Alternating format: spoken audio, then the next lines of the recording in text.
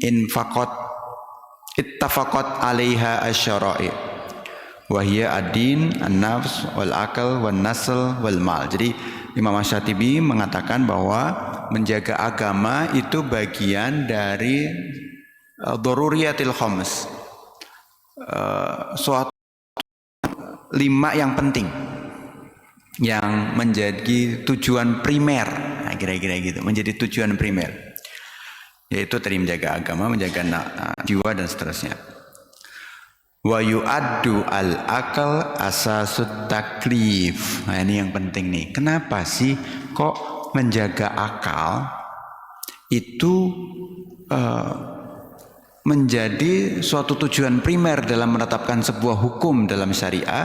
Karena akal itu menjadi dasar seseorang mendapatkan taklif. Apa tuh taklif? Mendapatkan tugas, mendapatkan beban, mendapatkan jadi objek hukum, kira-kira gitu. Seseorang yang nggak punya akal alias gila, maka dia tidak dibebani hukum. Ya. Orang yang belum berakal, masih bayi, tidak dibebani hukum.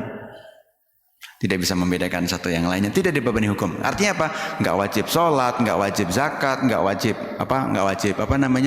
puasa, nggak wajib haji dan sebagainya. Karena dia tidak punya akal. Orang gila nggak wajib sholat. Jadi kalau ada ODGJ, ya sekarang istilahnya ODGJ, nggak sholat, gimana hukumnya? Nggak masalah. Nah, akal menjadi dasar seseorang dibebani sebuah hukum. Maaf kalau ada orang ODGJ kok nyuri besi di got itu, nah enggak apa-apa, ya diambil aja, dibalikin, kira-kira gitu. Tapi tidak boleh dihukum, karena akal itu menjadi dasar seseorang mendapatkan atau dibebani sebuah hukum. La yatahaqqaqu fahmuddin wa bidunihi la yatahaqqaqu fahmuddin wala imaratid dunya. Tanpa adanya akal, maka tidak mungkin bisa memahami agama. Tanpa adanya akal, tidak mungkin bisa memakmurkan dunia. Nah ini, maka akal menjadi satu dasar menjadi tujuannya Allah Subhanahu wa taala mensyariatkan sebuah hukum. Nah, ditegaskan lagi, limada yu'addu hifdzul aql minadz dzururiyat. Kenapa sih kok akal itu menjadi dasar banget dalam kebutuhan pokok ditetapkannya hukum? Disebutkan dalam Imam Asy-Syatibi, dia mengatakan li'annal aqal satru fi fahmi khitabi syar'i. Karena akal adalah syarat untuk bisa memahami konteks adanya syarat, adanya hukum. Wa bidunihi yaskutut taklif, dan tanpa ada akal maka tidak ada beban, tidak ada dibebani tugas untuk ibadah, untuk tugas untuk apapun. Wali anna fasada al akal yuaddi ila fasadid din wan nafs wan nasl wal mal. Bahkan rusaknya akal itu bisa mengakibatkan terhadap rusaknya agama. Juga rusaknya akal bisa saja berbahaya buat jiwa. Rusaknya akal bisa mengganggu keturunan. Rusaknya akal bisa merusak harta. Kebayang ada orang nggak waras, gitu, ODGJ lah sebutnya gitu, tiba-tiba ceramah tentang akidah, rusaklah agama, benar. Maka harus dijaga tuh akal. Atau bahkan tidak harus orang gila, orang mabuk, ya, habis minum minuman keras, minum khamar, kemudian dia ngomong, ceramah, nasehatin, bisa ngajak tuh, menetapkan hukum bisa ngajak. Maka menjaga akal menjadi satu hal yang primer. Juga orang yang mabuk bisa membunuh, bisa mengganggu jiwa. Orang yang mabuk bisa melakukan tindakan-tindakan asusila sehingga mengganggu keturunan. Ini ada, belum keluar ini. Kenapa belum keluar? Coba kita ulangin lagi, semoga keluar.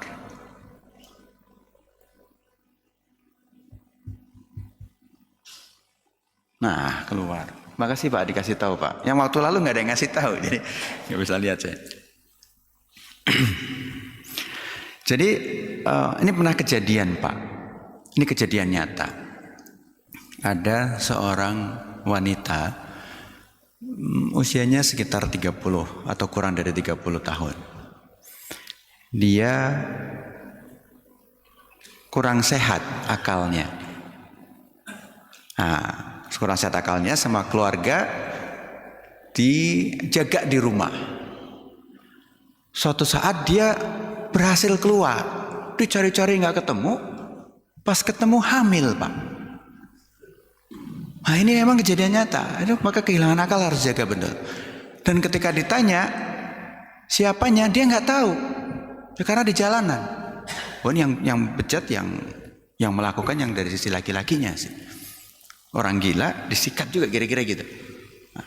Nah ini karena kalau sekilas nggak kelihatan bersih segala macam, karena dijaga sama keluarganya bersih, terus hilang gitu. Nah, akhirnya dijaga lagi, melahirkannya anaknya dijaga, dirawat di panti asuhan dan sebagainya, karena dia nggak bisa ngerawat, karena dia kehilangan akalnya. Suatu saat lepas lagi Pak, hamil lagi. Astagfirullahaladzim. Orang punya keluarga baik-baik, punya anak kadang susah. Ini Allah Subhanahu Wa Taala kasih pelajaran. Ini keturunannya ada gitu. Nah, kebetulan teman kami yang merawat anaknya, yang kedua juga dirawat juga akhirnya. Karena keluarganya termasuk keluarga yang kurang mampu juga. Nah, ini kejadian-kejadian kayak gini, maka penting sekali untuk menjaga akal. Ya. Dan juga orang yang orang yang mabuk dan sebagainya, bisa juga merusak harta. Kemudian disebutkan wali annas syariat ja'at li tahqiqil masalih wa daf'il mafasid. Syariat itu hadir untuk mewujudkan adanya kemaslahatan dan menangkal adanya kerusakan, menangkal adanya bahaya. Maka menjaga agama bagian dari tujuan syara dalam menetapkan hukum.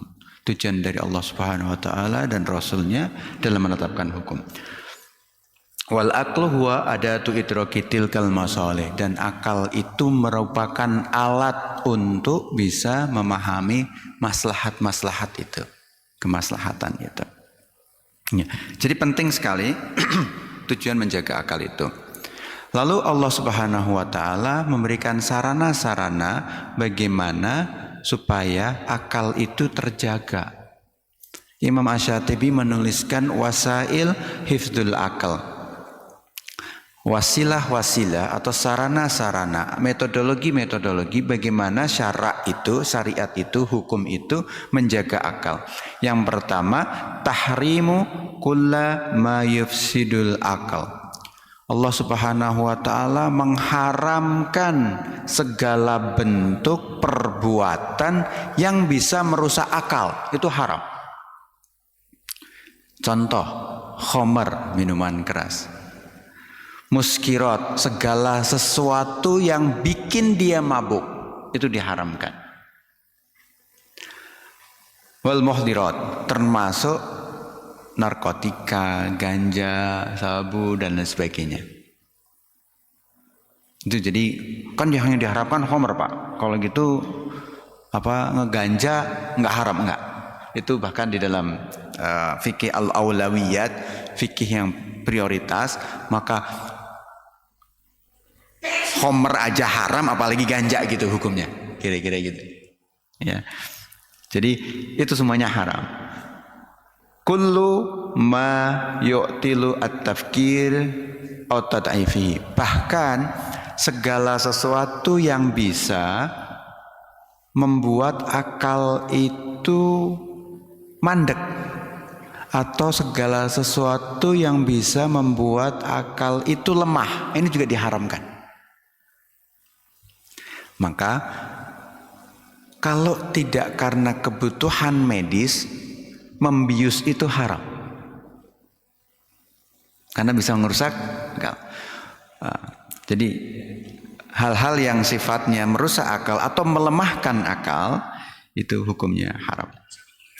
Wa dzalika li anna hadhil asya yuaddi ila diya'il akal alladhi huwa asasut taklif. Karena segala sesuatu yang tadi disebutkan khamr, segala sesuatu yang memabukkan, termasuk barang-barang adiktif, narkotika, ganja dan sebagainya, itu semuanya adalah mengakibatkan hilangnya akal. Padahal kembali ke atas tadi, akal itu merupakan asasut taklif, dasar seseorang mendapatkan beban untuk hukum.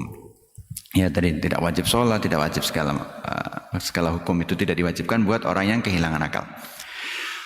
Sarana yang kedua disyariatkannya di metodologi yang digunakan untuk menjaga akal adalah tasri'u uqubat alama yadurru bil akal. Ditetapkannya hukuman bagi orang yang melakukan perbuatan yang bisa membahayakan akal. Maka orang yang minum minuman keras itu ada hukumannya secara hukum syariah. Orang yang memakan narkotika, ganja dan sebagainya ada hukumannya. Maka di situ ada ukubah atau hukuman buat itu agar apa? Agar seseorang tidak merusak akalnya, seseorang tidak kehilangan akalnya. Tetapi saran lain untuk menjaga akal adalah al-amru bi thalabil ilmi, perintah untuk menuntut ilmu. Thalabul ilmi faridatun ala kulli muslim. Menuntut ilmu itu wajib buat setiap muslim, apapun wasilahnya, apapun sarananya. Tidak harus dalam bentuk sekolah formal. Bisa juga kajian-kajian informal seperti pagi hari ini setiap Sabtu dan Ahad. Juga anak-anak kita ada belajar ngaji dan sebagainya, tidak formal. Tapi menuntut ilmu itu hukumnya wajib untuk apa? Untuk jaga akal. Karena akal itu kalau nggak dipakai, nggak digunakan, itu bisa mandek, bisa melemah, bisa gampang pikun bahkan. Maka diperintahkan kepada kita bahwa menuntut ilmu itu sejak dari lahir hingga liang kubur, liang lahat. Nah ini nih, maka disyariatkannya menuntut ilmu itu bagian dari tujuan syara untuk menjaga akal. Ya. Al-aqlu la yufadu faqat bil man'i minal ifsad bal aidon bi talabil ilmi. Akal itu tidak saja dijaga dengan dilarangnya untuk dilakukan perusakan, kehilangan akal tadi itu, tapi juga diperintahkannya untuk menuntut ilmu. Itu juga bagian dari menjaga akal. Wa izalatul jahal, dan menghilangkan kebodohan, menghilangkan jahalah. Itu juga bagian dari untuk menjaga akal. Fal ilmu huwa allati yuraqi al akal wa yaj'aluhu salihan li fahmid din wa i'maril haya. Dan ilmu adalah sesuatu yang menjadikan akal dan menjadikannya bisa memahami kemaslahatan. Untuk apa? Untuk memahami agama dan untuk memakmurkan dunia, memakmurkan kehidupan. Dengan adanya ilmu teknologi, maka misalkan teknologi pangan bisa membuat panen lebih baik lagi, lebih bergizi lagi, lebih banyak lagi dengan lahan yang makin terbatas. Nah ini, jadi bukan hanya berkaitan sama urusan agama, tapi juga berkaitan dengan urusan kehidupan. Itu wasilah yang ketiga atau sarana yang ketiga. Sarana yang keempat untuk menjaga akal adalah saddud dzara'i al-muaddiyah ila fasadil akal. Menghindarkan atau menghilangkan segala sesuatu yang bisa mengakibatkan rusaknya akal. Nah, jadi seperti apa? Seperti kita dilarang gitu. Man'ud al-jidal al-akim. Kita dilarang untuk melakukan al-jidal. Jidal itu debat. Debat tapi debat kusir. Ya, berantem debat kusir aja gitu. Nggak ada ilmunya. Nah ini kita dilarang untuk itu. Atau dijaga untuk itu. Supaya orang jadi nggak bingung. Yang benar bisa salah gara-gara debat kusir. Nah, maka debat harus pakai ilmu. Juga misalkan kami di Dewan Syariah Nasional, seringkali ada postingan-postingan di sosial media yang sifatnya membahas tentang hukum, terutama hukum muamalat, karena tugas dari kami itu bagiannya adalah fikih muamalat, membahas tentang hukum tapi menyalahkan pandangan orang lain. Yang tidak toleransi bahkan menganggapnya suatu hal yang sesat, haram dan sebagainya. Padahal tradisi ulama-ulama kita ketika melakukan perdebatan itu tempatnya di majelis ilmu antara ulama dengan ulama, bukan di majelisnya awam. Apalagi kalau hari ini di majelis media sosial, itu bahaya sekali. Mengakibatkan apa? Mengakibatkan umat jadi terpecah. Maka tempat diskusi terbaik adalah majelis ilmu, bukan majelis media sosial. Dengan majelis ilmu, maka ulama dengan ulama bertemu, menghasilkan suatu karya, menghasilkan suatu hukum yang bisa dipahami secara bersama-sama. Kalau toh pun tetap berbeda, perbedaan itu berada di kalangan ulama. Ini pernah kejadian beberapa abad yang lalu, kita baca sejarahnya. Ulama berdebat waktu itu ke awam tentang hukum kopi. Ketika awal-awal ditemukannya kopi, ada yang mengatakan bahwa kopi itu bisa menghilangkan akal. Kalau khamr sepakat ulama bisa menghilangkan akal. Kemudian ditemukan kopi. Ada yang menghukumi ulama, kopi itu hukumnya seperti hukum khamr. Karena orang bisa tenang setelah minum kopi, nggak ngantuk, fresh dan sebagainya. Meskipun kalau buat saya kopi malah ngantuk, tidur aja Pak. Nggak ngaruh sama sekali gitu.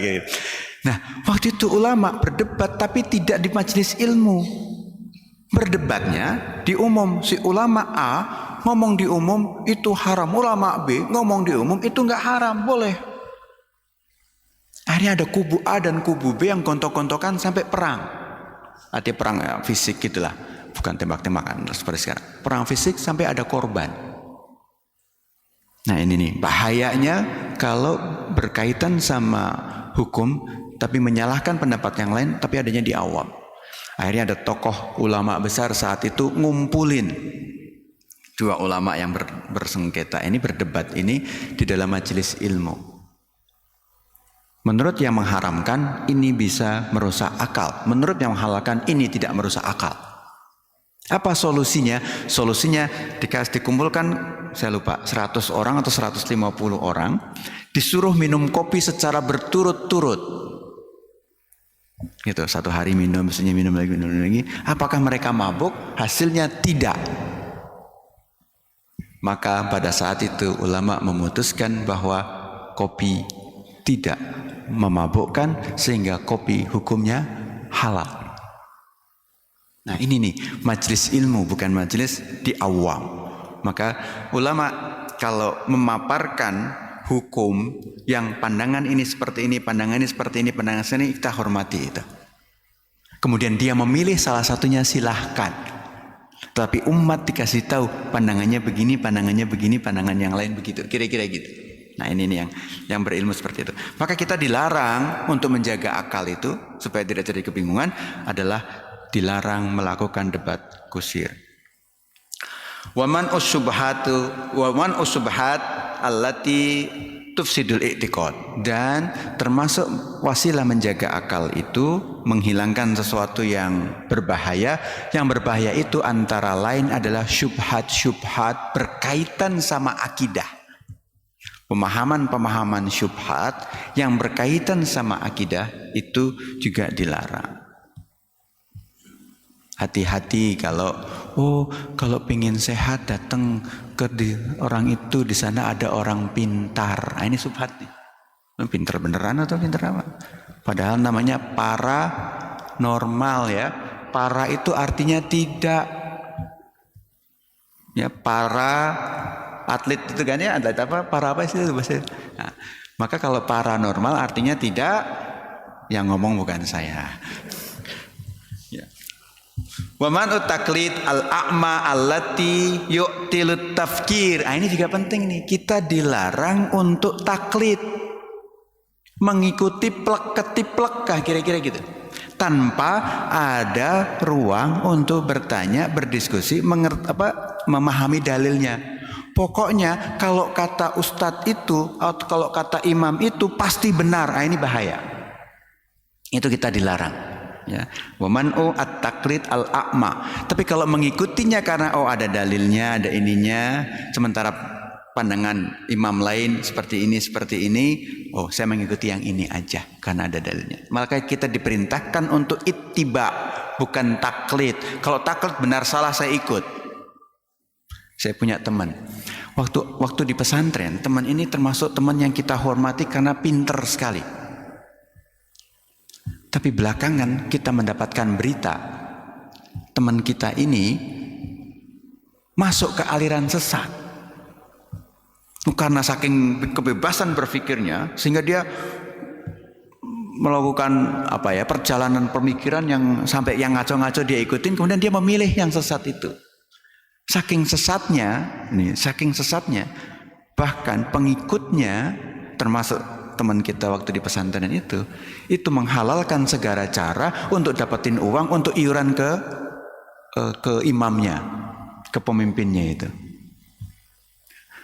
Harta ibunya diambilin, harta kakak adiknya diambilin, teman-temannya juga beberapa yang ngomongnya usaha, bisnis segala macam dimodalin, ternyata diambil juga sama dia. Nah ini maka nggak boleh taklid sama seseorang, tapi kita harus paham hukumnya seperti apa, dalilnya seperti apa. Paling nggak kita belajar dan jangan taklid kepada seseorang. Ya. Itu berkaitan sama hifzul akal. Jadi ternyata akal itu memiliki kedudukan yang tinggi di dalam penetapan hukum. Karena tidak adanya akal dalam seseorang atau orang kehilangan akal, maka tidak dihukumi. Termasuk nih salah satu contoh, tapi dari sisi yang positifnya, orang tidur atau orang pingsan, maka dia wajib sholat nggak? Pada saat pingsan nggak wajib sholat. Orang tidur, maaf karena capek, karena apa ya, bukan karena lalai ya, bukan karena begadang malam, tidur, subuhnya lewat, hukumnya apa? Begitu bangun baru sholat, meskipun sudah masuk waktu duha. Ya. Salah, iya salah, tapi karena pada saat dia tidur itu kan dia nggak ada akalnya tuh, nggak sadar, lebih tepatnya nggak sadar, bukan nggak ada akalnya, lagi nggak sadar. Maka sholat segera ditunaikan ketika dia bangun, sadar, udah jam 7, langsung sholat. Tapi jangan jadiin kebiasaan. Malam yakun adatan, ada catatan dari ahli fikihnya itu, tidak boleh dijadikan kebiasaan. Nah ini yang penting. Kok tiap hari jam 7 ada yang salah, alarmnya kurang keras gitu. Nah, ini maka penting untuk menikah supaya ada yang bangunin ya, nggak suaminya atau istrinya ya, sama aja. Baik, kemudian kita masuk yang keempat, yaitu hifzun nasl. Di salah satu dari 5 tujuan pokok ditetapkan syariat adalah menjaga keturunan. Menjaga keturunan adalah bagian dari salah satu tujuan pokok dalam ditetapkannya hukum. Apa makna hifzun nasl? Apa makna menjaga keturunan? Hifzun nasl huwa himayatu istimrari an-naw al-insani ibarat tanasul al-masyru'. Menjaga keturunan adalah menjaga keberlangsungan an-naw al-insani. An-naw al-insani itu bahasa vulgarnya, saya nggak tahu bahasa Indonesia yang halusnya ya. Habitat manusia, kira-kira gitu. Jadi apa itu hifdzun nasl? Menjaga keturunan adalah menjaga keberlangsungan keberadaan manusia. Habitat manusia ini tetap ada terus. Padahal habitat biasanya untuk hewan ya. Nah, tapi itulah maknanya gitu. Wasiyanatul ensab minal ikhtilat, dan termasuk dalam kategori menjaga keturunan adalah supaya silsilah keturunan itu lurus, nggak nyampur yang nggak jelas. Jadi kalau adanya anak, maka anak itu harus jelas siapa ibu, siapa bapak gitu. Ibu bapak ini adalah anak dari kakek nenek dan seterusnya. Itu jelas tuh silsilah itu. Jangan sampai ada anak lahir yang tahu cuma ibunya aja, bapaknya entahlah. Nah, ini yang maka itu bagian dari menjaga keturunan. Wadiya'u baqa'il usrah wal mujtama ala asasi as-salimah. Ala ususin salimah. Jadi juga termasuk menjaga keturunan itu menjamin adanya keberlangsungan keluarga dan sosial mujtama masyarakat ala asasin salimah, menjaga keberlangsungan keluarga itu dengan dasar-dasar yang baik, dengan dasar-dasar yang selamat dan dengan dasar-dasar yang legal. Ya. Jadi keberlangsungan keluarga itu ada dasar yang kuat, legalitasnya dengan pernikahan. Maka nanti kita bisa lihat sarana-sarana untuk menjaga keturunan. Yang pertama adalah disyariatkannya menikah. Nah, menikah itu disyariatkannya. Kenapa menikah itu disyariatkan? Kita agak besarin deh karena kecilnya. Az-zawaju huwa at-tariq al-fitri wat-tahir li-iltiqai ar-rajul bimra'ah. Karena pernikahan adalah sarana yang fitri, yang menurut fitrah manusia, wat-tahir dan suci untuk mempertemukannya antara laki-laki dan perempuan. Jadi pertemuannya laki-laki dan perempuan itu bukan pacaran. Pertemuannya laki dan perempuan itu adalah dengan pernikahan. Maka pernikahan itu disyariatkan. Yahdafu ila istimrari an-naw'il insani. Tujuan dari pernikahan adalah untuk keberlangsungan kehidupan manusia, keberlangsungan habitat manusia. Wa talabu adzurriyyah as-salihah. Dengan pernikahan maka diharapkan terdapat keturunan-keturunan yang solehah, soleh-solehah. Dan juga bina'ul usrah al-mustaqirrah. Dalam pernikahan itu tujuannya adalah untuk keberlangsungan keluarga yang kokoh. Ya. Jadi tujuannya untuk itu. Nikah itu bisa menjaga manusia, termasuk menjaga dzurriyyah solehah, keluarga yang solehah. Keluarga yang solehah termasuk satu dari 3 investasi besar kita. Karena pada saat kita wafat nanti, idza matal insanu inqata amaluhu illa min salas. Kalau seseorang manusia sudah wafat, maka seluruh amalnya terputus. Meskipun dia laula akhartani ila ajalin qarib fa asaddaqa, apabila aku dikasih penundaan sedikit saja ya Allah dari kematian ini, maka aku akan bersedekah. Tapi kata Allah, kalau wa idza jaa ajalum la yastakhiruna sa'atan wa la yastaqdimun, kalau udah ajalnya maka tidak mungkin maju, tidak mungkin mundur. Maka pada saat wafat itu ada 3 investasi besar. Yang pertama adalah berkaitan dengan harta. Hartanya sedekahun jariyah, sedekah jariyah. Sedekah jariyah dimaknai adalah wakaf. Sedekah yang kebermanfaatannya langgeng. Ya. Yang kedua adalah ilmu yuntafa'u bihi, ilmu yang bermanfaat, ilmu yang diajarkan, ilmu yang diseringkan, ilmu yang dicontohkan, kemudian diikuti oleh orang lain.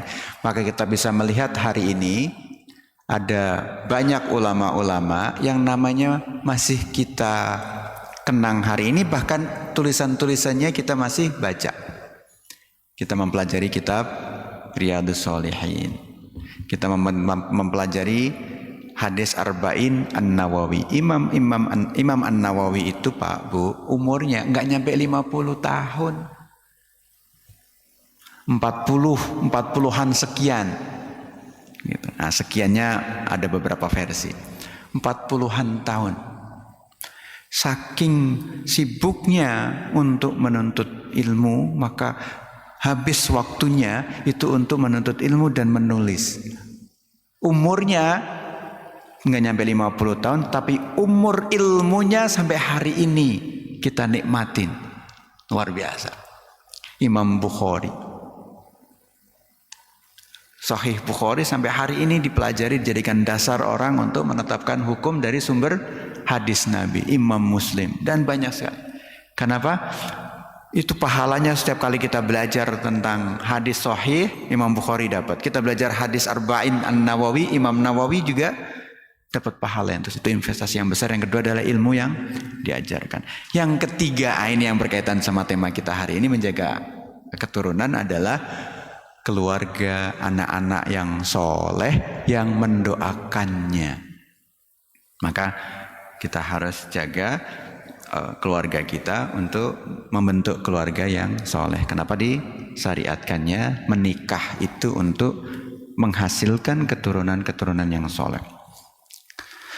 Lalu sarana lain disyariatkannya menjaga keturunan itu adalah tahrimuz zina wa kulli ma yuaddi ilaihi. Tahrimuz zina, diharamkannya zina dan segala sesuatu, bukan hanya zinanya aja, dan segala sesuatu yang bisa menjurus kepada perzinahan itu diharamkan. Ya, li'anna zina yufsidul insab wa yakhtalit. Karena zina itu bisa merusak keturunan dan bisa merusak silsilah. Nah, sampai nggak diketahui siapa bapaknya kan silsilahnya rusak kan. Ya. Lidzalika ja'atis syari'atu bisaddidz dzara'i. Maka syariat datang untuk menutup peluang-peluang perusakan itu. Maka dalam hukum syariat, keturunan itu akan menjadi keturunan apabila menjadi silsilah keturunan apabila keturunan itu dihasilkan dari pernikahan. Kalau seseorang lahir dari ibu yang tidak ada hubungan pernikahan, maka dia tidak boleh dinasabkan kepada ayah biologisnya. Dia hanya dinasabkan kepada ibunya. Teman kami itu yang tadi saya ceritakan menjaga bayi, anak-anak itu, memang dia bergerak untuk merawat bayi-bayi yang tidak diinginkan kelahirannya. Dan kita surprise Pak Bu, ternyata banyak sekali. Ada yang dibuang. Kalau nggak dibuang masuk kakaknya gimana? Akhirnya masuk kakaknya ke teman saya itu. Sampai teman saya itu kakaknya, dia ada 30 anak atau berapa tuh. Jadi kalau kakak kita satu lembar, dia berlembar-lembar tuh kakak tuh. Dan di Indonesia agak unik. Kalau nggak diketahui ayah dan ibunya, maka disebutnya anak alam. Di catatannya kan di kakak ada siapa orang tua ya, disebutnya anak alam. Karena banyak sekali ditemukan bayi-bayi yang dibuang. Nah ini kalau nggak dirawat, nah maka ini mulia sekali teman-teman saya ini. Ini alumni pesantren di Sanawiyah dulu waktu saya SMP dulu. Nah, kita bareng-bareng ngerawat kayak gitu. Meskipun ada yang kontra. Kamu kalau ngerawat mereka justru membuat orang lain ada solusi dong kalau berzina. Kalau lahir udah kasih aja ke pesantren ini. Apa bukan pesantren? Panti asuhan ini. Kita sebutnya nggak panti asuhan sih. Baby home. Rumahnya bayi kira-kira gitu. Nah, ternyata banyak sekali. Yang paling banyak di Jawa Tengah. Banyak sekali. Ya. Nah, maka dibikin tuh di Bali iya, dibikin di Semarang, sama dibikin di Jogja. Karena banyaknya bayi-bayi yang tidak diinginkan kelahirannya. Ini merusak. Wal inayatu bitarbiyatil aulad. Jadi kita juga diperintahkan untuk mendidik anak-anak kita, untuk menjaga keturunan itu supaya anak-anak kita memahami hukum dan memahami silsilah keturunan itu. Wa himayatul ansab. Dan kita diminta untuk menjaga silsilah keturunan itu dengan baik, ya. Termasuk pernikahan, ini ngomongnya nggak enak nih ibu-ibu. Termasuk pernikahan kedua itu harus diketahui. Pernikahan dan seterusnya juga harus diketahui supaya keturunannya jelas. Jangan sembunyi-sembunyi meskipun sah. Nah, supaya nggak terjadi kehilangan keturunan karena tidak disampaikan dengan baik. Bahaya kalau nggak diketahui. Ini pernah kejadian juga di panti asuhan itu. Jadi ada ibunya yang dia ngebuang anaknya. Ibu ini keluarga kaya, tapi karena lahir dari bukan pernikahan, dia malu. Akhirnya dibuang. Tau nggak dibuangnya anak itu kemana? Ke depan panti asuhan itu. Pagi-pagi ada anak kecil pasti dimasukin kan? Masukin dirawat. Tapi si ibu ini mantau dari kejauhan yang nggak ketahuan oleh pengurus panti. Mantau segala macam. Bahkan menjadi donatur karena orang kaya. Nyumbang panti asuhan, nyumbang secara rutin. Ke anak-anak semuanya dia sama si ibu ini. Tapi dia tahu anak itu anaknya dia.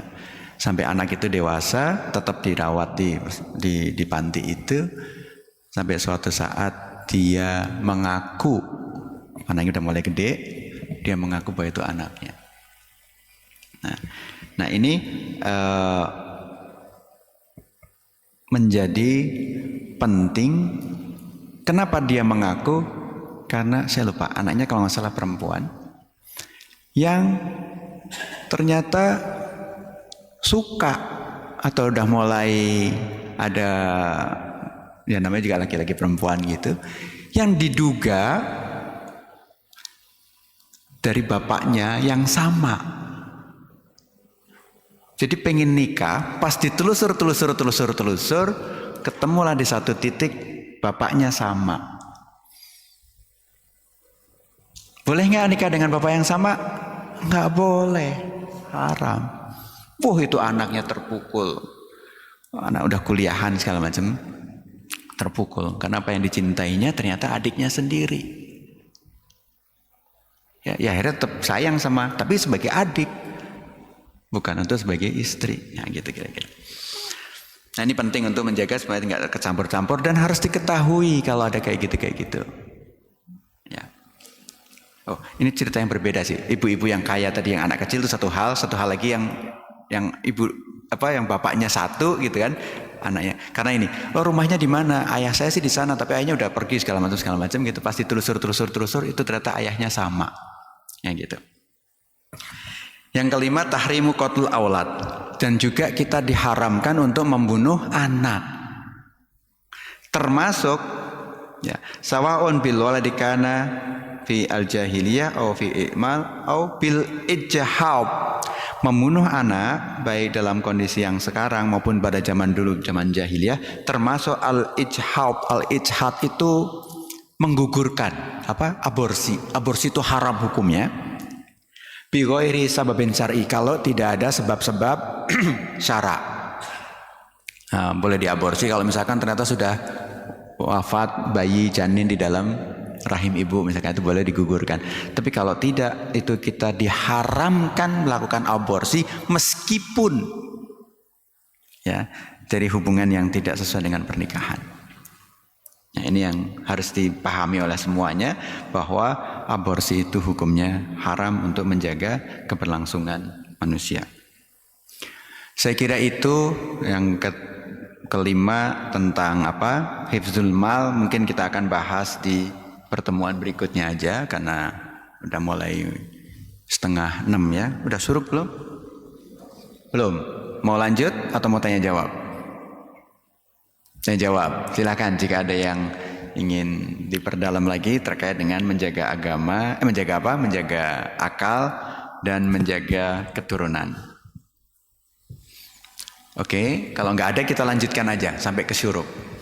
Yang kelima adalah hifzul mal, menjaga harta. Menjaga harta juga bagian dari tujuan disyariatkannya hukum, ditetapkannya hukum.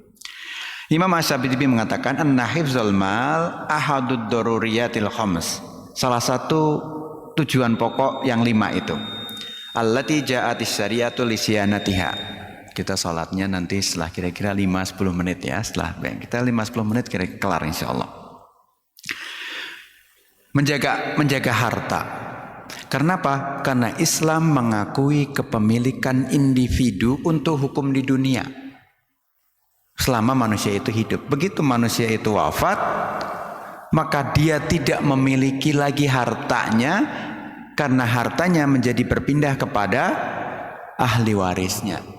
Tentu berpindah ke ahli waris setelah dipakai untuk membayar kewajiban-kewajibannya, utang-utangnya, dipakai untuk pengurusan jenazahnya, dipakai untuk menunaikan wasiatnya jika ada wasiat.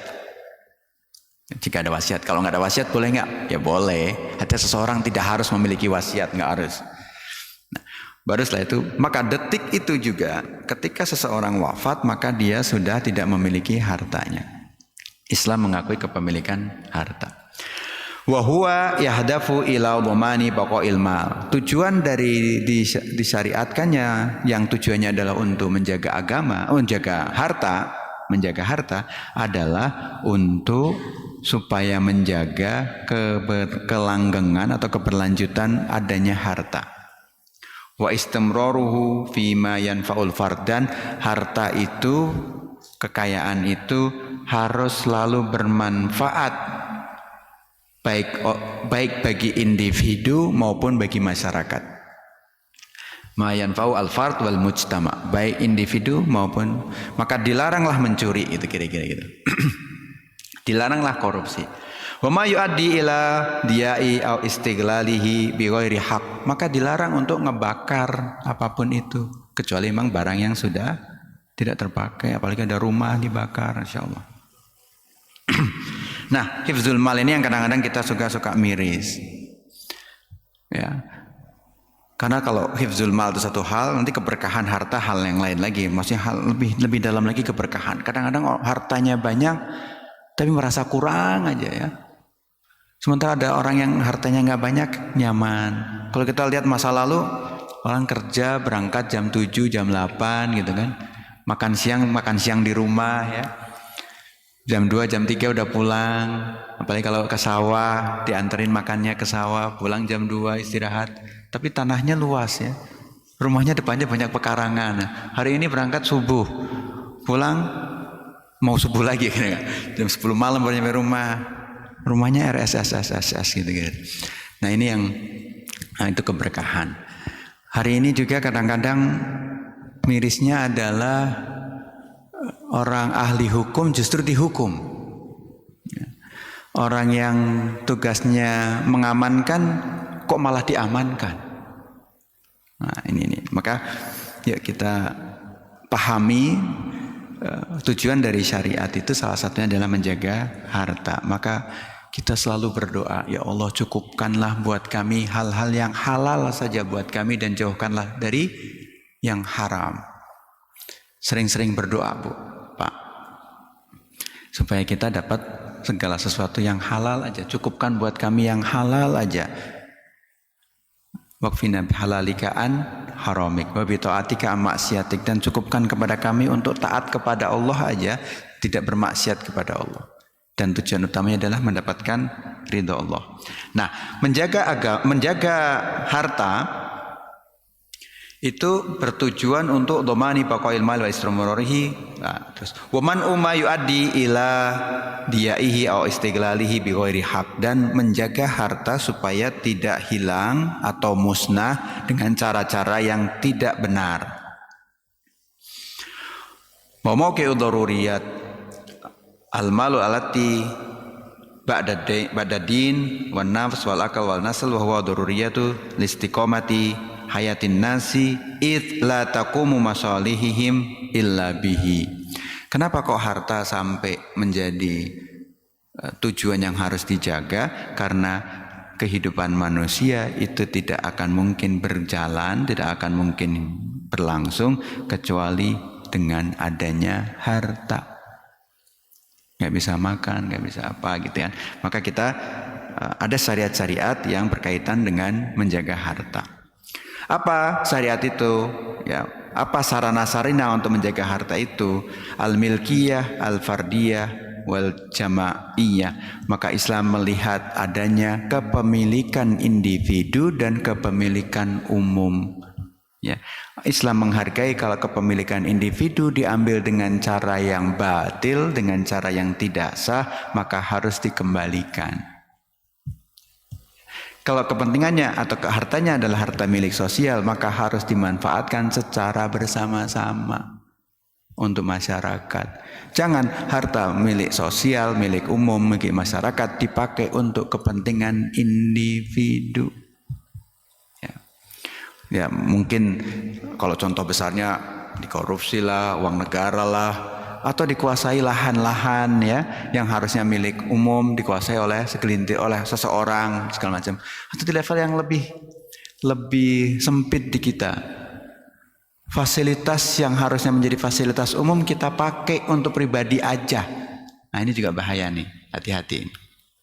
Ya, karena apa? Al-milkiyah, al-fardiyah, wal jamaiyah. Ada kepemilikan individu itu diakui, ada kepemilikan yang bukan kepemilikan individu, kepemilikan umum. Maka juga jangan dikuasai oleh individu. Ya, fasilitas umum ya untuk umum. Jangan fasilitas umum kemudian dipagerin. Fasilitas umum dipakai untuk kepentingannya diri sendiri aja. Nah ini yang harus dijagain. Was-syari'atu aqarrat hakut tamlik, hakut tamalluk. Jadi Islam itu, syariat itu mengakui adanya hak kepemilikan.